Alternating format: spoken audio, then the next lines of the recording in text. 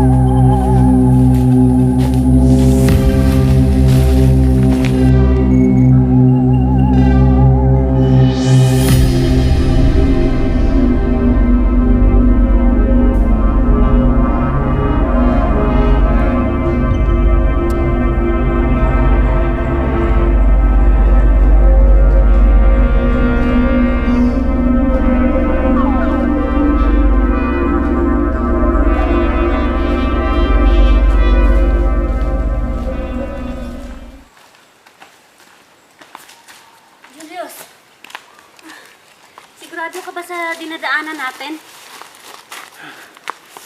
Totoo lang, Silya. Hindi ako sigurado. Pero wala tayong magagawa kundi ang umasa na lang sa salitang bahala. Sayang.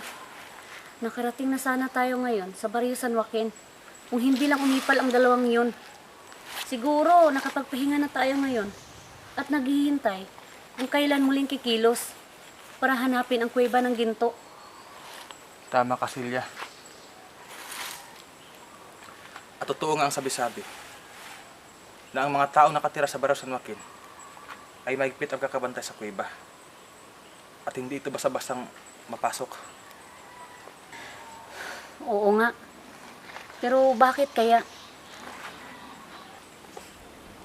Anong bakit kaya? Bakit kaya nila binabantayan ang mga ginto? Bakit hindi nila ibinibinta? Oo nga, no? Bakit kaya? Kung totoo ngang may ginto sa kuweba, bakit hindi nila ito hinati-hati at ibininta? Napapaisip tuloy ako. Kung totoo ba ang ginto at ang kuweba? Tama ka, Julius. Kung isipin ng mabuti, may point ang mga sinasabi natin.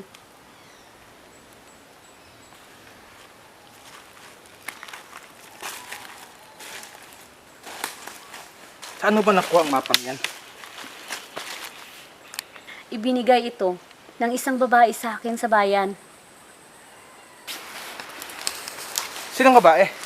Hindi ko kilala, pero maganda siya at maputi. Parang mayaman. Anong sinabi niya sa'yo nung ibinigay niya sa'yo ang mapa? Sabi niya sa akin, ang mapa daw na ito ang makakatulong para maahon ako sa kahirapan. Sabi niya, ang mapa daw na ito magtuturo kung saan ang direksyon, kung saan nakatago ang mga gold bars na iniwan ng mga Hapon noong World War II. Kung totoo nga ang mapang iyan, bakit hindi siya mismo ang kumuha? Hindi niya daw kaya. Wala daw siyang sapat na tapang para kunin ang mga ginto. Kaya niya ibinigay sa akin. Posible, Silya. Pwede siya magsama ng maraming tao para makuha ang gintong ito. Palagay ko, Silya, nalupo na tayo. Ay.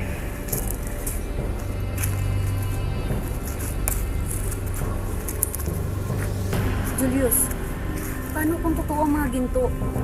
Paano kung totoo ang mga sinasabi niya? Aatras ba tayo, ha? Hindi ko alam. Parang kasing hindi legit eh. Magpatuloy tayo. Sige na. Sige. Magkapatuloy tayo. Pero papahinga muna tayo. Sige.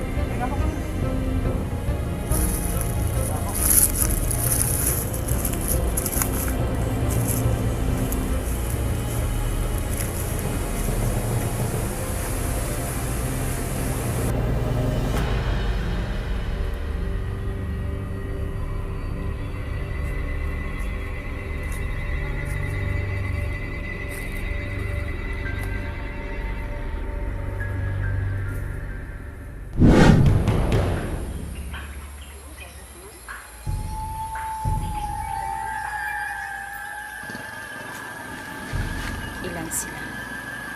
Dalawa sila. Isang lalaki at isang babae. Okay. Nasaan ngayon si Elmer?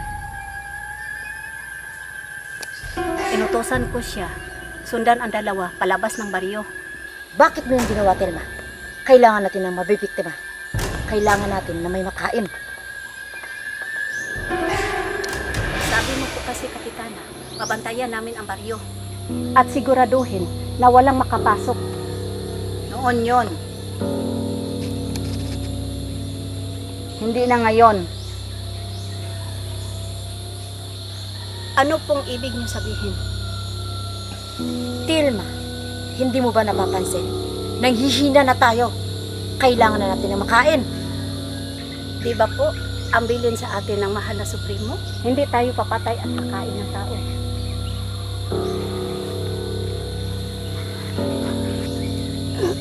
Noon yon. At isa pa, wala na si Supremo. Ako na ang bagong leader ninyo. Siyang pumalit kay Supremo, Telma. Hindi yan maari. Kailangan natin magpulong. Hindi, kailangan pa natin butuhan. Kapitana, parang ayaw yata ni Telma sa'yo. Ayaw ba sa akin, Telma?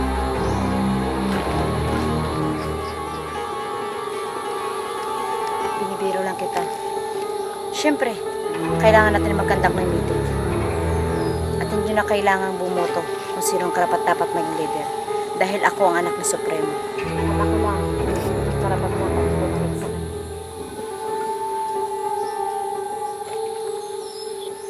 Ipaalam mo yun sa mga kasamahan mo.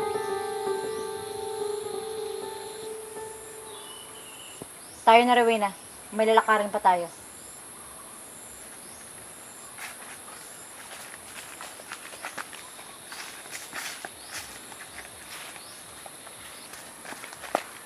Ate,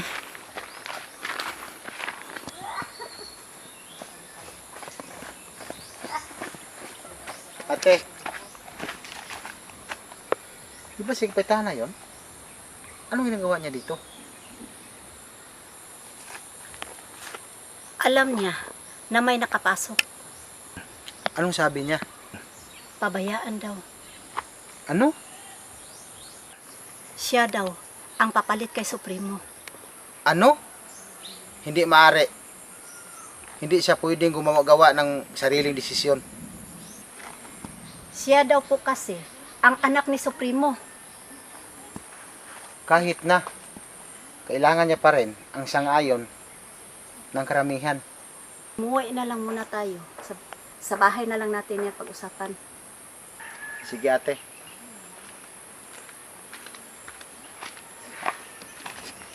Rekta lang ha.